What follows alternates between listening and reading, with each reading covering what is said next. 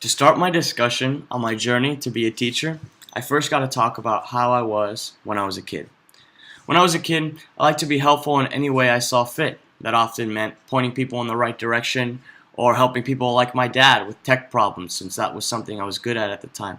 So I tried to take all these skills and interests and apply them when I became a sixth grade math tutor when I was in high school.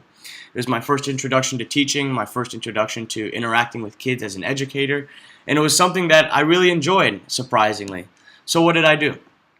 I chose to apply to my old summer camp, Student U. It's a nonprofit for students that qualify for free and reduced lunch to help give them an academic edge over the summer. There were lots of rules that I had to learn, often very overwhelming and seemingly too much.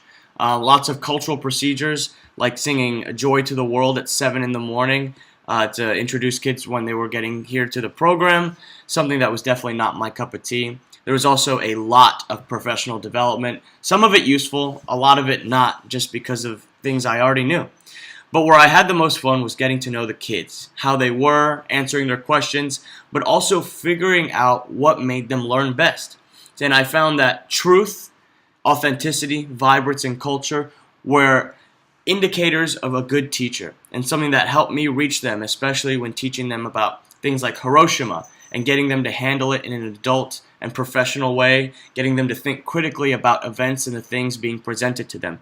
It helped me connect with students in a way I never thought was possible, and it helped me understand that it was middle school that I wanted to do, especially after being an assistant teacher at Frank Porter Graham Elementary. It was something I just wasn't interested in.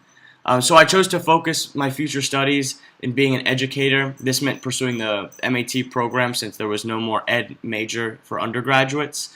And my experiences up until this point just solidified my passion for teaching middle school and my passion for teaching social studies.